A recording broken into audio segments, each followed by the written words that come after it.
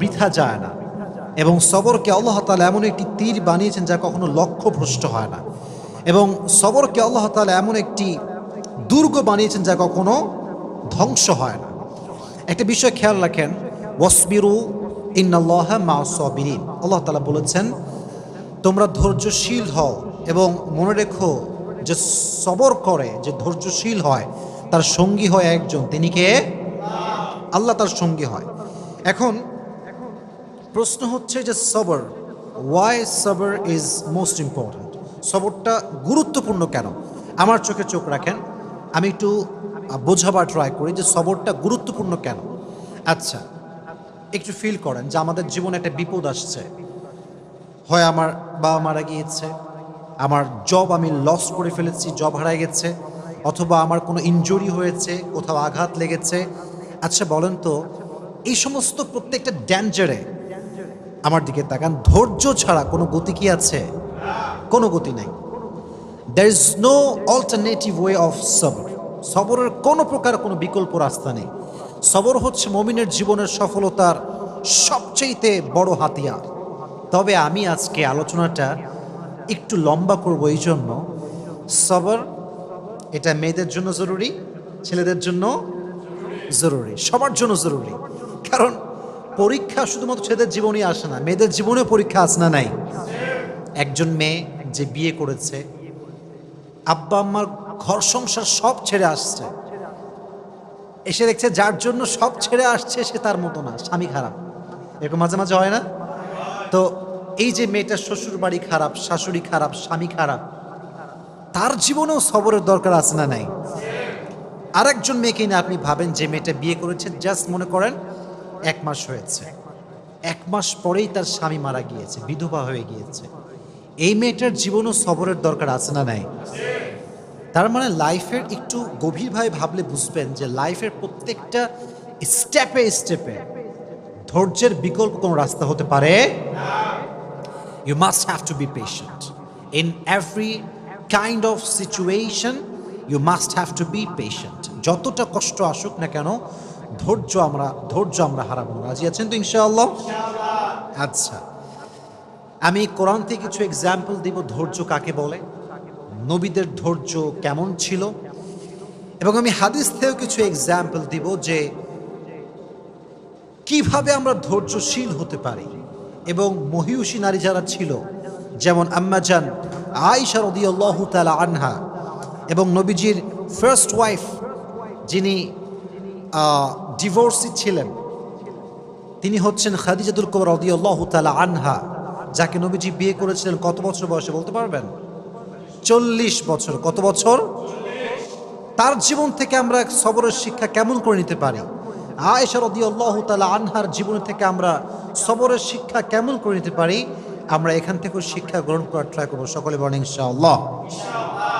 আচ্ছা, for an example, মনে করেন কেউ আপনাকে অপবাদ দিয়েছে, আপনি কাজটা করেন নাই, আপনি এই ক্রাইমটা করেন নাই, তাও মানুষ আপনাকে ব্লেম করছে। আপনার কোনো হারাম অ্যাফেয়ার নাই, মানুষ আপনাকে ব্লেম করছে যে আপনার একটা হারাম অ্যাফেয়ার আছে। এটাকে আমরা বাংলাতে বলি অপবাদ। আমরা বলি কি? অপবাদ বা তোহমত। আমি যেটা করি না সেটা মানুষ আমাকে মনে করে এবং আমাকে ব্লেম করে, এটা নাম হচ্ছে অপবাদ। আমি জাস্ট ছোট্ট একটা হাদিস বলবো। আগে প্রশ্ন করি, নবীজির একজন কুমারী স্ত্রী ছিলেন, যেই একমাত্র স্ত্রী কখনো বিয়ে করেন নাই, তার ডিভোর্স হয়নি, তার স্বামী মারা যায়নি। তার নামটা কি প্রিয় ভাইয়েরা? আয়েশা রাদিয়াল্লাহু তাআলা আনহা। ছোট্ট একটা হাদিস শেয়ার করছি। নবীজির মোট স্ত্রী ছিল কয়জন বলেন তো? 11 জন। জোরে বলেন কয়জন? 11 জন। 11 জন স্ত্রীকে নবীজি ঘুরতে নিয়ে যেতেন। তবে এটার সিস্টেম ছিল লটারি সিস্টেম। নবীজি একটা বাক্সে সবার নাম লিখে রাখতেন, যার নামটা উঠতো তাকে নবীজি ঘুরতে নিয়ে যেতেন। সুবহানাল্লাহ পড়ে। ওটা অ্যামেজিং সিস্টেম। যার নাম উঠতো তাকে নবীজি নিয়ে ঘুরতে যেতেন। তো একবার নবীজি লটারি করলেন, একটু মনোযোগ দিয়ে শুনতে হবে। লটারি করার পরে আম্মা জান আয়েশা রাদিয়াল্লাহু তাআলা আনহার নামটা লটারিতে উঠল, নবীজি ঘুরতে নিয়ে গেলেন। এটা একটু লম্বা স্টোরি, বাট আপনাকে মনোযোগ দিয়ে শুনতে হবে, কারণ এখানে একটা অনেক বড় সবরের শিক্ষা আছে। সেই যুগে ঘুরতে যাওয়া হতো মেয়েদেরকে নিয়ে, ওয়াইফদেরকে নিয়ে। এটাকে বলা হতো হাউদাজ, আমরা বলি এটাকে পালকি। আগের যুগে বিয়ে হতো কিসে করে? পালকিতে করে। হাউদাজ যেটাকে আমরা আরবিতে বলি পালকি, পালকিতে চড়ে বিয়ে হতো, হতো না? আগের যুগে এটা সিস্টেম ছিল। তো তখনকার যুগে এভাবে পালকিতে চড়ে ঘুরতে নিয়ে যাওয়া হতো। তো আম্মা জান আয়েশা রাদিয়াল্লাহু তাআলা আনহাকে পালকিতে চড়ে নিয়ে যাওয়া হচ্ছে ঘোরার জন্য। তো যখন কাম ব্যাক করবে বাসার দিকে, এক্স্যাক্টলি ওই সময় এসে আম্মা জান আয়েশা রাদিয়াল্লাহু তাআলা আনহার প্রকৃতির চাপে তিনি প্রকৃতির ডাকে সাড়া দেওয়ার জন্য বের হন, মানে পালকি থেকে নামেন। যেটা হয় সেটা হচ্ছে পালকি থেকে নামার পরে উনি একটু দূরে যান প্রকৃতির ডাকে সাড়া দেওয়ার জন্য। এখন মজার বিষয় হচ্ছে আম্মা জান আয়েশা রাদিয়াল্লাহু তাআলা আনহা ছিলেন, she was slim, she was not fat. উনি খুব চিকন ছিলেন, মোটা ছিলেন না, চিকন ছিলেন। চিকন মানুষ কোথাও উঠলেও বোঝা যায় না, নামলেও বোঝা যায় না, কারণ সে স্লিম বডি বিলং করে। মোটারা কোথাও উঠলে দেখবেন মাঝে মাঝে মোটারা রিক্সায় উঠলে রিক্সার জায়গায় থাকে না বসা। তো এটা হচ্ছে বডির ডিফারেন্স। তো কি হলো, উনি যখন প্রকৃতিটাকে সাড়া দেওয়ার জন্য গেছেন, যেই সাহাবি পালকিটা টানছিল, পালকিটা নিয়ে যাচ্ছিল, ওই সাহাবি বোঝে নাই যে আসলেই আম্মা জান আয়েশা উঠেছেন নাকি উঠেন নাই। যেহেতু উনি স্লিম ছিলেন, উঠলেও যা, না উঠলেও উনি নিয়ে চলে আসছে। আম্মা জান আয়েশা রাদিয়াল্লাহু তাআলা আনহা যখন প্রকৃতির ডাকে সাড়া দিয়ে ফিরে আসেন, দেখছেন পালকি নাই। পালকি কোথায়? পালকি আর নাই, পালকি চলে গিয়েছে। কারণ সে ভেবেছে এখানে আয়েশা রাদিয়াল্লাহু তাআলা আনহা আছেন। তো উনি যখন ফিরে আসলেন, দেখলেন পালকি নেই। তখন উনি খুব সবরের সাথে অপেক্ষা করলেন। যখন দেখলেন অপেক্ষা করেও আসছে না, তখন তিনি কি করলেন জানেন? সুন্দর করে মরুভূমিতে শুয়ে পড়লেন চাদর মুড়ি দিয়ে। চাদর মুড়ি দিয়ে শুয়ে পড়লেন। অনেক লম্বা স্টোরি, আমি প্রেসাইজলি বলছি, but there is a lesson, very important lesson, অনেক গুরুত্বপূর্ণ একটা শিক্ষা আছে। তো যখন নবীজি দেখলেন যে আয়েশা নেই রাদিয়াল্লাহু তাআলা আনহা, উনি একজন সাহাবীকে লস্ট অ্যান্ড ফাউন্ডের দায়িত্ব দিয়েছিলেন, যে কে হারাচ্ছে, কে সফরে আছে, কে নেই, এটা খোঁজাখুঁজির জন্য। যেমন যদি আপনারা কখনো পিকনিকে যান, দেখবেন যে একজন লোক থাকে যে মাইক নিয়ে ডাকে, অমুকে আসছে কিনা, অমুকে বাসে উঠেছে কিনা। এরকম পিকনিকে হয় কি হয় না? হয়। ডাকে, কোথায় কে আছো, কে মিসিং আছো, বের হয়ে আসো। তো যেই সাহাবীকে নবীজি দায়িত্ব দিয়েছিলেন তার নাম হচ্ছে আব্দুল্লাহ ইবনে মুআত্তাল। আব্দুল্লাহ ইবনে মুআত্তাল রাদিয়াল্লাহু তাআলা আনহু। উনি এবার আয়েশা রাদিয়াল্লাহু তাআলা আনহাকে খোঁজা শুরু করলেন। খুঁজতে খুঁজতে তিনি দেখতে পেলেন আয়েশা রাদিয়াল্লাহু তাআলা আনহা মরুভূমির মাঝখানে চাদর মুড়ি দিয়ে শুয়ে আছেন। উনি বুঝতে পারলেন এটাই আয়েশা রাদিয়াল্লাহু তাআলা আনহা। উনি ডাকলেন না, গিয়ে কথা বললেন না, চুপচাপ দাঁড়িয়ে থাকলেন। যখন আয়েশা টের পেল যে এখানে কেউ এসেছে আমাকে নেওয়ার জন্য, উনি চলে আসলেন। এবার তাকে নিয়ে সে ফিরে আসলো নবীজির কাছে। কিন্তু যেহেতু সফরের সবাই ফিরে গিয়েছে বাসাতে, আর সর্বশেষ আব্দুল্লাহ ইবনে মুআত্তাল আম্মা জান আয়েশাকে নিয়ে ফিরে এসেছেন, মুনাফিকদের সর্দার আব্দুল্লাহ ইবনে সালুল সুযোগ পেয়ে গেল। কি সুযোগ? এবার সে ব্লেম শুরু করলো যে আয়েশার সঙ্গে এই সাহাবীর একটা জেনার সম্পর্ক আছে। সকলে বলেন নাউজুবিল্লাহ। পৃথিবীর সবচাইতে সতীত্ববান নারীর উপরে জেনার ব্লেম, কত বড় মারাত্মক জঘন্য অপরাধের ব্লেম। আপনি চিন্তা করতে পারেন কার ব্যাপারে? আপনার ব্যাপারে নয়, আমার ব্যাপারে নয়, সবচেয়ে সতীত্ববান নারী আয়েশা রাদিয়াল্লাহু তাআলা আনহার ব্যাপারে ব্লেম করা হলো যে সে এই সাহাবীর সঙ্গে ওই মরুভূমি থেকে আসার সময় খারাপ কাজ করেছে, অন্যায় করেছে, জেনা করেছে। কিন্তু বিষয়টা আয়েশা জানতেন না যে আমার বিষয়ে এই ব্লেমটা করা হয়েছে। কিন্তু উনি ফিল করলেন যে প্রিয় নবীজি আমাকে আগে যেমন আদর করতেন এখন আর তেমন আদর করেন না, আগে যেমন ভালোবাসতেন এখন তেমন আর ভালোবাসেন না। এটা তিনি ফিল করতে শুরু করেন। But she had no idea যে আমাকে এরকম একটা ব্লেম করা হয়েছে। তো একটা সময় গিয়ে আয়েশা রাদিয়াল্লাহু তাআলা আনহা বাবার বাসায় আসলেন। বাবার বাসায় যখন আসছে তখন আশেপাশের লোক বলতে শুরু করছে, আয়েশা তোমার নামে তো এরকম গুজব ছড়ানো হচ্ছে, তুমি নাকি অমুক সাহাবীর সঙ্গে এই সম্পর্ক করেছিলা সফর থেকে ফিরে আসার সময়। এটা শুনে আয়েশা রাদিয়াল্লাহু তাআলা আনহা just she was shocked and thunder. এটা কেমন কথা, কত বড় মিথ্যা অপবাদ আমার উপরে। কিন্তু দেখেন, পৃথিবীর নির্মম বাস্তবতা হচ্ছে কষ্টে পড়লে বোঝা যায় যে কে আপন কে পর। কষ্ট বিপদ হচ্ছে এমন একটা জিনিস যেটা মানুষকে চিনিয়ে দেয় যে কে আমার আপন কে আমার পর। আমার যখন খুব কষ্ট আসে, খুব বিপদ আসে, আমার একদিক থেকে খুব ভালো লাগে যে আমি আমার আপন মানুষ চিনছি। এবং যখন আমি চিনে ফেলি তখন আমি বলি যে ভাই বিপদ তো আসবে আর যাবে, কিন্তু আমি তো আপনাকে চিনে ফেললাম যে আপনি কোন ক্যাটাগরির লোক, এটা আমার বোঝা হয়ে গেল। তো আম্মা জান আয়েশা দেখলেন সবাই তার বিপক্ষে, কেউ তার পক্ষপাতী করে না। ইভেন সর্বশেষ, অনেক লম্বা স্টোরি, আমি জাস্ট প্রেসাইজলি বলছি, সর্বশেষ নবীজি আম্মা জান আয়েশার কাছে আসলেন, এসে বলেন, আয়েশা তুমি যদি সত্যি এই অন্যায় করে থাকো আল্লাহর কাছে মাফ করো, আল্লাহর কাছে মাফ চাও, আল্লাহ তোমাকে মাফ করে দিবে। এই কথা শুনে আয়েশা রাদিয়াল্লাহু তাআলা আনহা আকাশ থেকে পড়েছে, নবী হে, শেষমেশ আপনিও আমাকে এই কথা বলছেন, আপনিও এই রুমরে বিশ্বাস করেছেন, আপনিও এই গুজবে বিশ্বাস করেছেন? অপেক্ষা করেন, আল্লাহ আমার জন্য আছে। সুবহানাল্লাহ পড়েন। উনি চাইলে বলতে পারতেন যে আমি আর সংসার করব না, আমি আর এই সমাজে থাকবো না, আমি গলায় ফাঁসি নিব, আমি সুইসাইড করব, যেটা আমরা সাধারণ মানুষরা বলি। উনি একটুও কমপ্লেইন করেন নাই, জাস্ট কষ্ট পেয়েছেন, সবর করেছেন। আল্লাহ তাআলা আয়েশা রাদিয়াল্লাহু তাআলা আনহার চরিত্রকে সুন্দর প্রমাণ করার জন্য, উনি যে কোনো অন্যায় করেন না এটা প্রমাণ করবার জন্য আল্লাহ নিজে কোরআনের আয়াত নাজিল করে দিয়েছে। সুবহানাল্লাহ পড়া। আল্লাহ নিজে আয়াত নাজিল করে ব্যাখ্যা দিয়েছেন যে আমার প্রিয় বান্দি আয়েশা কোনো অপরাধী নয়, সে কোনো জুলুম করে নাই, সে কোনো জেনা করে নাই, ব্যভিচার করে নাই। তাহলে বোঝা গেল যে ব্যক্তি সবর করে, ধৈর্য ধারণ করে, মানুষের দেওয়া মিথ্যা অপবাদ একদিন স্পষ্ট হয়ে যায় যে সে সব মিথ্যা ছিল, ঠিক কিনা বলা, একসময় প্রমাণ হয়ে যায়। মনে রাখবেন, সময় এমন একটা জিনিস, সময় মানুষকে জবাব দেয়, সময় মানুষকে উত্তর দেয় যে সে মানুষটা আসলে কেমন।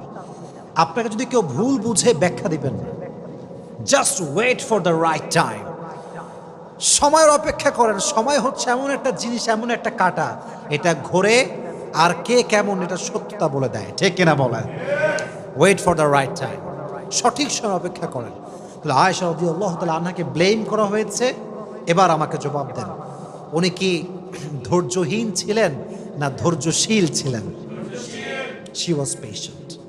In every kind of situation, she was patient. ধৈর্যশীল ছিলেন।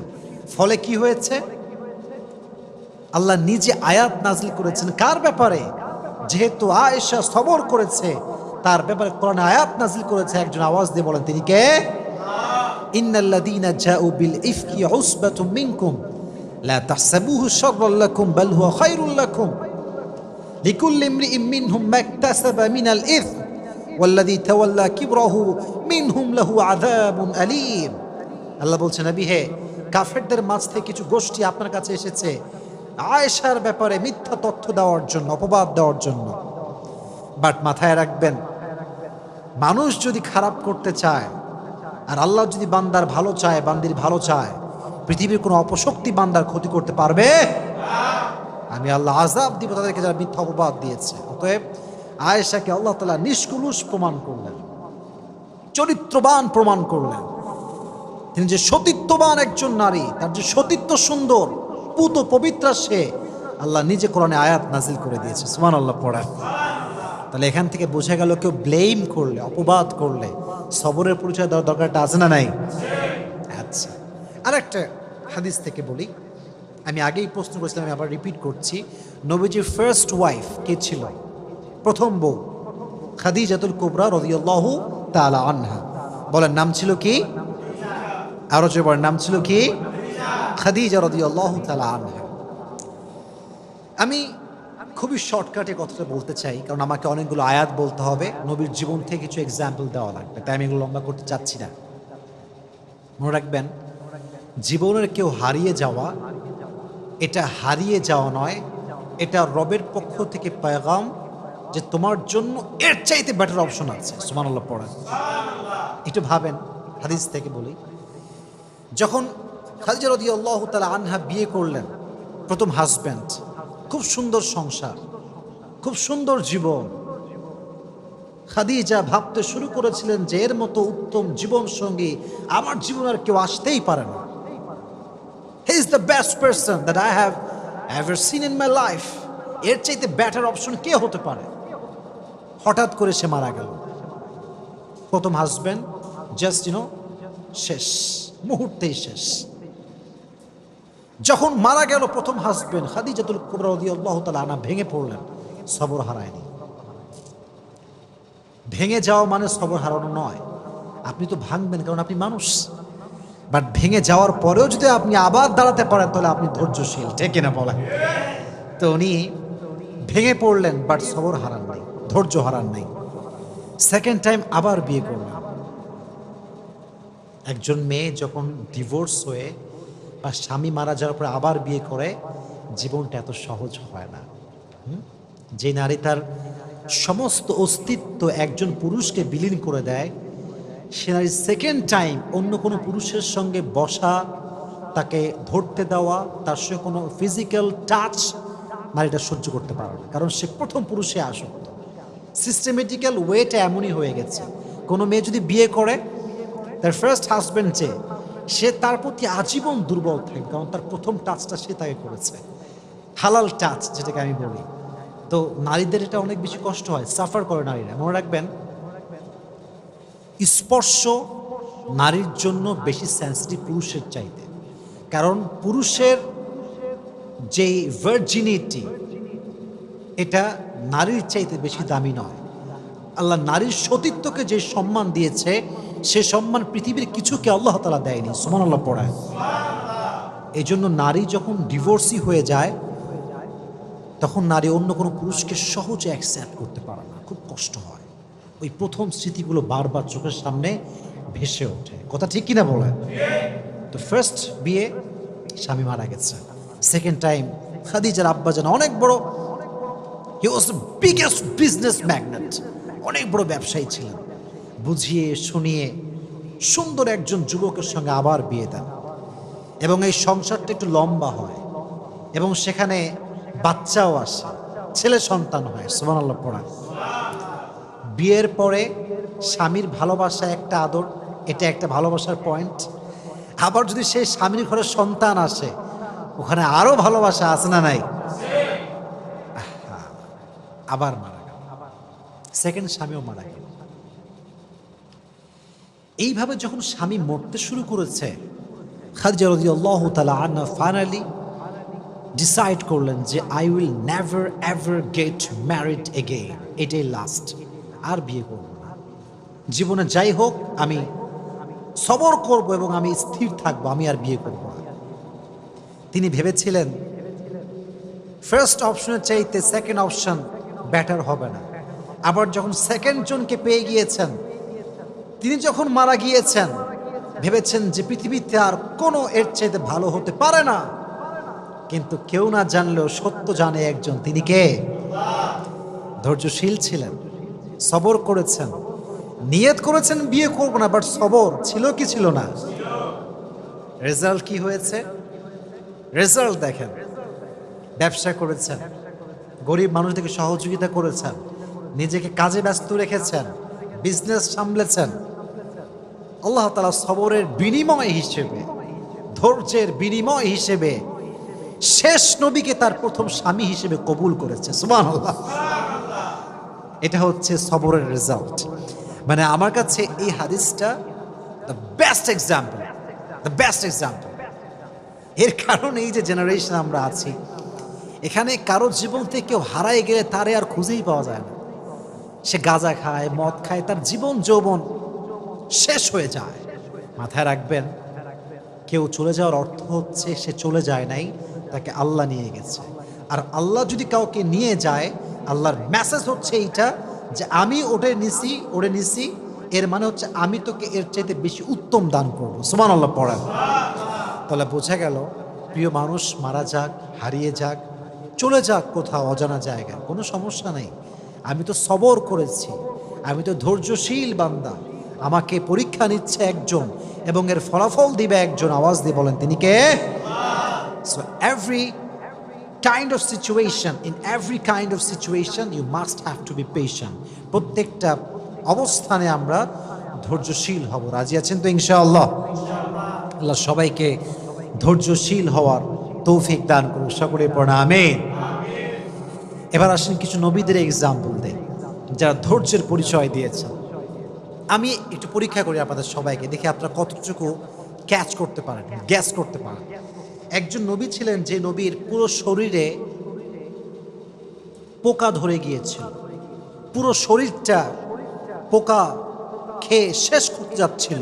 নবীর নামটা কি ছিল? আইয়ুব আলাইহিস সালাতু ওয়াস সালাম। দীর্ঘ 12 বছর পোকা তার শরীরে ভর করেছিল। আমাদের একটু অসুখ হইলে আমরা বলি যে আয় রে মানুষ, আল্লাহ মনে হয় আর মানুষ পায় না, আমি একাই মনে হয় দুনিয়াতে, পৃথিবীতে মনে হয় আর কোনো মানুষই নাই, আল্লাহ খালি আমারই পায়, আমি কি দুনিয়াতে একা, আর কেউ কি নাই? 12 বছর সহ্য করেছে। পোকা উঠতে উঠতে যখন জিহবায় এসেছে তখন আইয়ুব মুখ খুলেছে। ওয়াইয়ুবা ইয নাদা রাব্বাহু আন্নী মাসানিয়া যুররু ওয়া আনতা আরহামুর রাহিমিন। দোয়া করার একটা সিস্টেম আছে। আমি জুমার লেকচারে বলেছিলাম দোয়ার একটা কোয়ালিটি আছে, চাওয়ার মাঝে একটা গুণ আছে।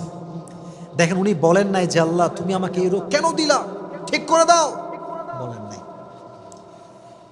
আন্নী মাসানিয়া যুররু ওয়া আনতা আরহামুর রাহিমিন, আল্লাহ আমি তো বিপদে আছি, তুমি তো রহমান। কথার ভাঁজ দেখেন। আমি আমার আব্বাকে বলছি আব্বা আমি সকাল থেকে খাই নাই, খাবার কিন্তু চাই নাই, আমি না খেয়েছি আর তুমি আমার আব্বা, এটা বললেই না, আব্বা বুঝে যাবে যে আমার ছেলের এখন খাবার দরকার। আইয়ুব আলাইহিস সালাতু ওয়াস সালাম হি নেভার কমপ্লেইনড। উনি বলেছেন আল্লাহ আমি কষ্টের ভেতরে আছি আর তুমি তো রহমান, আর রহমান তো কারো কষ্ট সহ্য করতে পারে। কখন বলেছেন? যখন এই পোকা উঠতে উঠতে তার জিহবায় চলে এসেছে। আল্লাহকে বলছে আল্লাহ পুরো শরীরটা আমার খেয়ে ফেলুক, কিন্তু যে জিহবা দিয়ে আমি তোমার জিকির করি সেটা যদি পোকা নষ্ট করে ফেলে আমি তো তোমাকে আর ডাকতে পারবো না, তুমি আমাকে রহম করো, তুমি আমাকে রহম করো। এই সবর যে করেছে আল্লাহ তাআলা ডাকার সঙ্গে সঙ্গে তার সমস্ত রোগকে ধূলিসাৎ করে তাকে আল্লাহ তাআলা শিফায়ে আজলা কামিলা দান করে দিয়েছে। সুবহানাল্লাহ। তাহলে বোঝা গেল রোগ বালাই হচ্ছে ব্লেসিং, মার্সি, বারাকা ইন ইউর লাইফ। যদি মুমিনের কোথাও কোনো কাঁটাও ঢুকে যায়, এই যে আমরা কষ্ট পাই কাঁটা ঢুকলে, আল্লাহ কতটা দয়াময় দেখেন। কাঁটা ঢুকলেও আল্লাহ তাআলা বান্দার আমল নামার থেকে যে গুনাহ আছে এটাকে ঝরিয়ে দেয়। সুবহানাল্লাহ পড়ে। তাহলে বোঝা গেল আজ থেকে অসুখ হলে আমরা ধৈর্য ধারণ করব। রাজি আছেন তো ইনশাআল্লাহ? আর একটা এক্সাম্পল দেই সবরের। একজন নবী, আমি আবারও আপনাদেরকে প্রশ্নে ফেলছি, গ্যাস করতে হবে আপনাদের সবাইকে যে আমি কার নাম বলতে যাচ্ছি। একজন নবী যাকে মাছ খেয়ে ফেলেছিল, মাছের পেটে তিনি দীর্ঘদিন ছিলেন, তার নাম কি ছিল? ইউনুস। ইউনুস আলাইহিস সালাতু ওয়াস সালাম। নাম ছিল কি? ইউনুস আলাইহিস সালাতু ওয়াস সালাম। মাছের পেটে দীর্ঘদিন ছিলেন, আল্লাহর কাছে কমপ্লেন করেন না, অভিযোগ করেন নাই, ধৈর্যহীন হন নাই। মাছের পেট থেকে আল্লাহকে ডাক দিয়েছেন, আয় আল্লাহ আমি বিপদে পড়েছি, তুমি আমাকে সাহায্য করো, আমার কোনো কমপ্লেন নাই, অভিযোগ নাই, আমি ধৈর্যহীন হয়ে যাই নাই। দোয়া করার সঙ্গে সঙ্গে আল্লাহ তাআলা মাছকে আদেশ করেছে, মাছ মুখ খুলে একটা বমি করার মতো একটা অ্যাক্ট করেছে। আল্লাহ তাআলা ইউনুসকে এই অ্যাক্টের মাধ্যমে, এই বমির একটা ধরনের মাধ্যমে মাছের পেট থেকে জীবিত উদ্ধার করে বের করে নিয়ে আসছে। সুবহানাল্লাহ। তাহলে বোঝা গেল বিপদে পড়লে আপনাকে দোয়া করতে হবে, আল্লাহ আমারই পাইলো, দুনিয়াতে আর কেউ নাই, আমি মনে হয় একা, আল্লাহ কি পাইলা আমার তুমি। এটা ধৈর্যহীন হওয়ার পরিচয়। অতএব সবরও থাকবে, দোয়াও থাকবে। বলেন আমার সঙ্গে, সবরও থাকবে, সবর আছে যার, সঙ্গে দোয়াও আছে যার, তার সফলতা কেউ আটকাতে পারবে না। সুবহানাল্লাহ পড়েন। আর একটা এক্সাম্পল দেয়, নবীর নাম গ্যাস করতে হবে আমাদের সবাইকে। একজন নবী যাকে আল্লাহ তাআলা ৮০ বছর পরে একটা সন্তান দিয়েছিলেন, সে নবীর নাম কি? ইব্রাহিম আলাইহিস সালাতু ওয়াস সালাম। নামটা কি? ইব্রাহিম আলাইহিস সালাতু ওয়াস সালাম। সন্তানের নাম কিছু বলতে পারবেন? ইসমাঈল। নাম কি ছিল? ইসমাঈল আলাইহিস সালাতু ওয়াস সালাম। সবর কাকে বলে একটু বুঝাই আপনাদেরকে, শর্টকাটে বোঝাচ্ছি। ৮০ বছর পরে একটা ছেলে হয়েছে, আল্লাহ অর্ডার করেছে যাও মাকে এবং ছেলেকে একদম মরুর প্রান্তে রেখে আসবে, যেখানে জনমানবহীন একটা জায়গা, মানুষ নাই, লোক নাই, জন নাই, রেখে আসো যাও। অর্ডার করতে দেরি, রেখে চলে আসছে সেই মরুভূমির মতো একটা জায়গায়। তো যখন চলে যাবে, বিবি হাজার চাইলে বলতে পারতেন যে আপনি কেমন স্বামী যে আমার মতো একজন অবলা নারীকে তার সন্তান সহ এক বিশাল মরুপ্রান্তে, মরুভূমিতে, জনমানবহীন একটা জায়গায় রেখে যাচ্ছেন, আপনি কেমন স্বামী? She never complained. She never ever complained like that. বলেইনি কিছু। কি বলেছে আমি জাস্ট রিপিট করছি বাংলাতে সারাংশ। বিবি হাজার বলছে, হে ইব্রাহিম, এটা যদি আল্লাহর অর্ডার হয় যে আমাকে তুই মরুর প্রান্তে রেখে যাবা, জনমানবহীন জায়গায় রেখে যাবা, যেখানে খাবার নাই, দাবার নাই, পানি নাই, তবে শুনে রেখো আমিও এটা বিশ্বাস করি যে আমার আল্লাহ আমাকে মরুর প্রান্তরে না খাওয়ায় মারবে না। সুবহানাল্লাহ পড়ায়। তুমি যদি আমাকে রেখে খুশি হও, আমি এখানে থেকে খুশি আছি। ধৈর্য ধারণ করেছে। ফলে কি হয়েছে চিন্তা করেন, একটু ভেবে দেখেন, এই যে মক্কা, এত দাম কাবার, কাবার গিলাফের দাম, কাবার চত্বরে এত দাম, এই কাবার পাশে যিনি অবস্থান করেছিলেন, যে নারীর কারণে এত সম্মান, যে নারীর ছেলের কারণে জমজমের কুয়ার পানি আমরা পেয়েছি, তার নাম হচ্ছে বিবি হাজার। সুবহানাল্লাহ পড়েন। ধৈর্য, শুধুমাত্র ধৈর্য।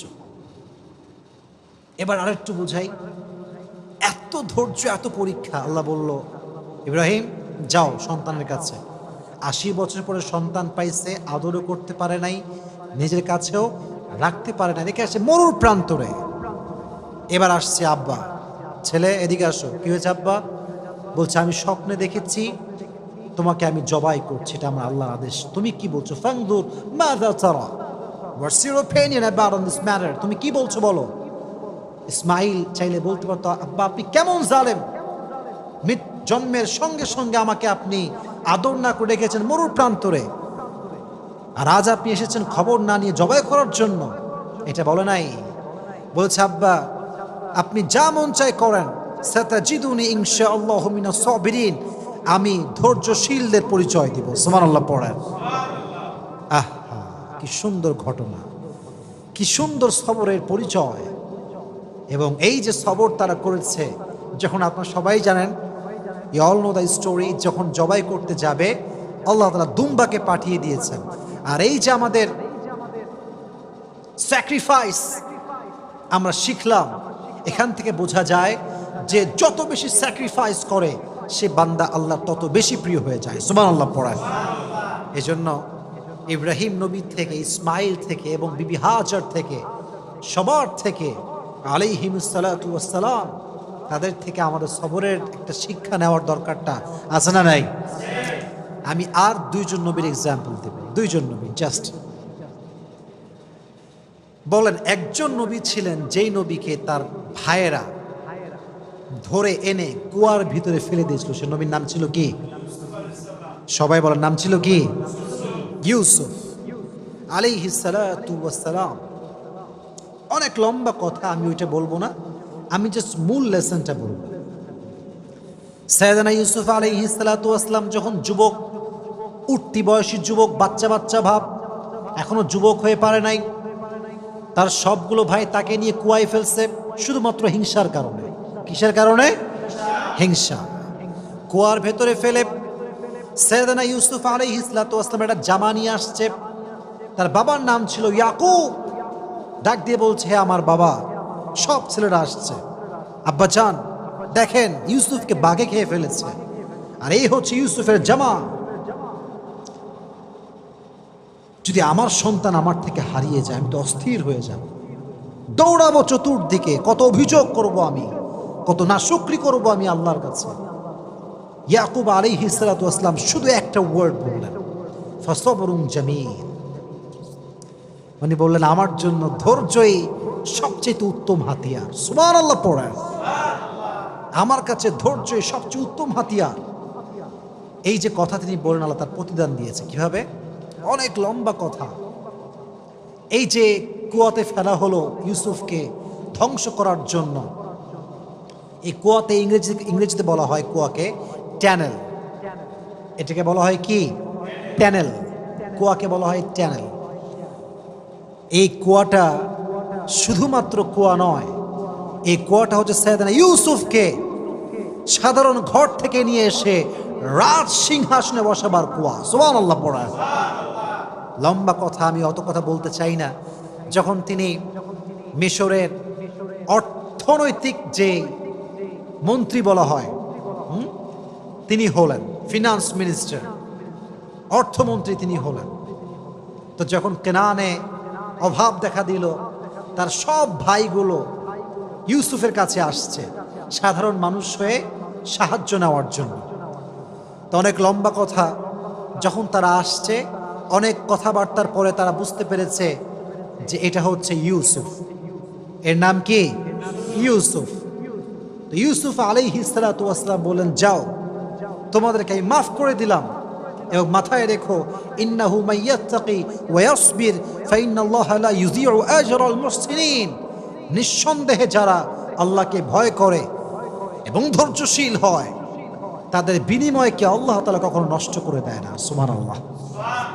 এবার তিনি সৈন্য নিয়ে, উট নিয়ে, ঘোড়া নিয়ে, ভাইকে নিয়ে ঘোড়ার পিঠে উঠে জাঁকজমকভাবে সবাইকে নিয়ে এসে তার বাবার সঙ্গে, যিনি বলেছিলেন ফাসবরুন জামিল, আমার জন্য ধৈর্যই সবচেয়ে বেশি শ্রেয়, সবচেয়ে বেশি সেরা, এই ধৈর্যের বিনিময়ে আল্লাহ তাআলা ইয়াকুবকে, সাইয়েদনা ইয়াকুবকে তার সন্তান ইউসুফ ফিরিয়ে দিয়েছে। সুবহানাল্লাহ পড়েন। তাহলে ইউসুফ আলাইহিস সালাতু ওয়াস সালামের জীবন থেকে আমরা শিক্ষা পেলাম এটা, যে সবর ছাড়া জীবনে কোনো গতি হতে পারে। সাইয়েদনা ইয়াকুব আলাইহিস সালাতু ওয়াস সালামের জীবন থেকে আমরা এটা বুঝলাম, সবর ছাড়া জীবনে কোনো গতি হতে পারে। এবার আসুন সর্বশেষ এক্সাম্পল। পৃথিবীতে ধৈর্যের প্রতীক ছিলেন একজন মানুষ, যার উপরে ধৈর্যশীল মানুষ জীবনে আর কেউ আসে নাই, পৃথিবীতে আর কেউ আসে নাই। He was out of any kind of comparison. তিনি ছিলেন সবচেয়ে ধৈর্যশীল। ধৈর্যের ক্ষেত্রে তার কোনো তুলনা হয় না, কোনো কম্পেয়ার হয় না। তিনি হচ্ছেন সাইয়্যিদুল কাউনাইন, সাইয়্যিদুল মুরসালিন, বিশ্ব মানবতার মুক্তির দূত নবী মুহাম্মদুর রাসূলুল্লাহ সাল্লাল্লাহু আলাইহি ওয়াসাল্লাম। ধৈর্যের প্রতীক, ধৈর্যের প্রতীক ছিলেন তিনি। মারাত্মক লেভেলের ধৈর্য ছিল তার। তার ধৈর্য যে কত বেশি আপনি চিন্তা করতে পারবেন না। একজন মানুষ যার এই ছোট্ট বয়সে সে তার মাকে হারিয়েছে, যখন সে পৃথিবীতে আসে নাই তার আগে তার বাবাকে হারিয়েছে, বড় হয়ে চাচাকে পেয়েছে, চাচা মারা গিয়েছে, দাদাকে পেয়েছে, দাদা মারা গিয়েছে, মাথার উপরে বট বৃক্ষ ছিল তার স্ত্রী খাদিজা, সেও মারা গিয়েছে। একটা মানুষ আর কত হারাতে পারে? একটা মানুষের সবচেয়ে বড় জায়গায় তো হচ্ছে আব্বা এবং মা।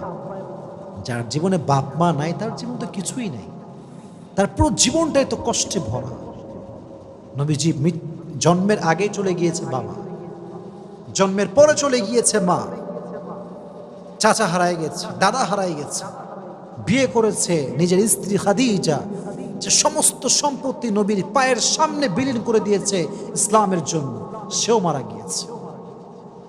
নবী কখনো আল্লাহর কাছে অভিযোগ করেন না যে আল্লাহ আমি তো তোমার নবী, তুমি তো আমার আল্লাহ, তুমি আমায় কেন কষ্ট দিচ্ছ? নবীজি কমপ্লেইন করেন নাই, সবরের পরিচয় দিয়েছে। He was patient in every kind of situation. কখনো কমপ্লেইন করেন না, অভিযোগ করেন নাই, প্রতিটা মুহূর্তে ধৈর্যশীল ছিলেন তিনি। তায়েফের ময়দানে যখন নবীজি দাওয়াত দেওয়ার জন্য গেলেন কাফেরদেরকে, সবাই আপনারা ঘটনা জানেন, তা দাওয়াত অ্যাকসেপ্ট করলো না। নবীজি প্রায় কয়েকশো কিলোমিটার রাস্তা পাড়ি দিয়ে আসছেন, ক্লান্ত মানুষ। উনি বললেন, তায়েফবাসী শোনো, তোমরা যেহেতু আমার দাওয়াত গ্রহণ করলে না, তোমাদের কাছে আমার অনুরোধ, তোমরা মক্কায় খবরটা ছড়িয়ে দিও না। যদি মক্কার কাফেররা জানতে পারে তাহলে আমাকে জুলুম করবে। কাফেররা কে কার কথা শোনে। নবীজি বের হওয়ার আগে কাফেররা মক্কায় খবর পৌঁছে দিল যে মুহাম্মদ মক্কার থেকে এখানে তায়েফের জমিনে দাওয়াত দেওয়ার জন্য আসছে, আমাদেরকে কবুল করে না এই দাওয়াত। সব তায়েফের দুষ্টু ছেলে পেলে বাচ্চাদেরকে নবীজির পেছনে লেলিয়ে দিয়েছে, যাও তোমরা মুহাম্মদকে পাথরের আঘাত করো, বৃষ্টির মতো পাথরকে তোমরা বর্ষণ করো। আমি যখন রেলগেটে যাই, আমি জাস্ট এটা ফিল করি। রেলগেটে দেখবেন যে প্রত্যেকটা রেল লাইনের মাঝখানে এরকম বড় বড় পাথর থাকে, দেখছেন আপনারা সবাই, এরকম শক্ত শক্ত পাথর। আমি জাস্ট এটা ফিল করি, যদি এই পাথরটা তুলে আমি আসিফকে কেউ আঘাত করে আমার কি হবে, আমি কি আদৌ সহ্য করতে পারবো এই আঘাতটা? তখন আমি ফিল করি যে তায়েফের জমিনে আমার নবীকে এর চাইতে বড় বড় পাথর দিয়ে মেরে রক্তাক্ত করা হয়েছে। নবীর রক্ত পড়েছে, নবীর রক্তে পুরো মাটিটা ভিজে গেছে। নবীজির রক্তে পড়ে বেহুশ হয়ে গেছে। সাহাবী এসে ধরেছে, ধরে উঠাইছে, নবী হে এবার তো বদদুয়া করেন, এবার তো বদদুয়া করে ফেলেন, আর কত সহ্য করবেন? নবীজি বলছে, শোনো, আমি তো বদদুয়া করার জন্য আসি নাই, হয়তো আমার দাওয়াত তায়েফের লোকরা কবুল করে নাই, তো কি হয়েছে, নেক্সট জেনারেশন যে হবে তারা হয়তো বা ইসলামকে গ্রহণ করবে। সুবহানাল্লাহ পড়া। পাথরের আঘাত খেয়ে রক্তাক্ত হয়ে গিয়েছে, ধৈর্য হারায়নি, শক্তি হারায়নি, জুলুমের শিকার হয়েছে, কাউকে বদদুয়া করে নাই, সর্বাবস্থায় ধৈর্যের পরিচয় দিয়েছিলেন, সর্বাবস্থায় দিয়েছেন। আজকে আমাদের অভাব আসলে আমরা কত কথা বলি, টাকা নাই, আমার কাছে এইটা নাই, এইটা নাই, I don't have anything, just complain. আছে কিন্তু সব, শুকরিয়া নাই। যার শুকরিয়া যত বেশি তার নিয়ামত তত, যার অশুকরি, যার নাশুক যত বেশি তার নিয়ামত তত বেশি কম। ঠিক না বলা? ধৈর্যশীল হতে হবে, সবের হতে হবে, এবং শাকের অর্থাৎ গ্রেটফুল, শুকর গুজার হতে হবে, কৃতজ্ঞ বোধ হতে হবে। আল্লাহ তুমি আমাকে যা দিয়েছো, what ever I have, I am happy with that. আমি আলহামদুলিল্লাহ খুশি আছি। আমার বাড়ি নাই তাও খুশি, আমার গাড়ি নাই তাও খুশি। আল্লাহ তুমি জাস্ট আমার হলেই আমার চলবে ইনশাআল্লাহ। তাহলে বোঝা গেল প্রত্যেকটা নবীর থেকে, যেমন আমরা শুনেছি আইয়ুব আলাইহিস সালাতু ওয়াস সালামের কথা, আমরা শুনেছি ইউনুস আলাইহিস সালাতু ওয়াস সালামের কথা, আমরা শুনেছি ইব্রাহিম আলাইহিস সালাতু ওয়াস সালামের কথা, আমরা শুনেছি ইয়াকুব আলাইহিস সালাতু ওয়াস সালামের কথা, আমরা শুনেছি ইসমাঈল আলাইহিস সালাতু ওয়াস সালামের কথা, আমরা শুনেছি ইউসুফ আলাইহিস সালাতু ওয়াস সালামের কথা, আমরা শুনেছি নবীর কথা, শেষ নবীর কথা। এর দ্বারা বোঝা গেল যে ধৈর্যশীল আমরা আজ থেকে আর হব না। হব কি হব না? আল্লাহ সবাইকে ধৈর্যশীল হওয়ার তৌফিক দান করুক। সকলে পড়া আমিন। আর বিশেষ করে আমি একটা কথা বলে শেষ করতে চাই আমার বোনদের জন্য, specially for my sisters, those who R listening me from YouTube or Facebook, this is my humble request for everyone.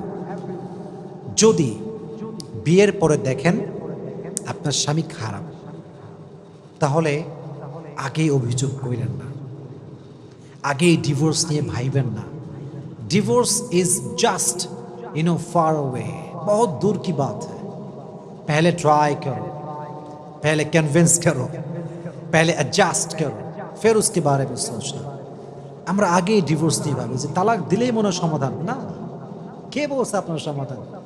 আপনি মনে করতেছেন আমার বোন যেই স্বামী বাদ দিলে আরেকটা স্বামী খুব ভালো হবে, কে বলছে আপনার?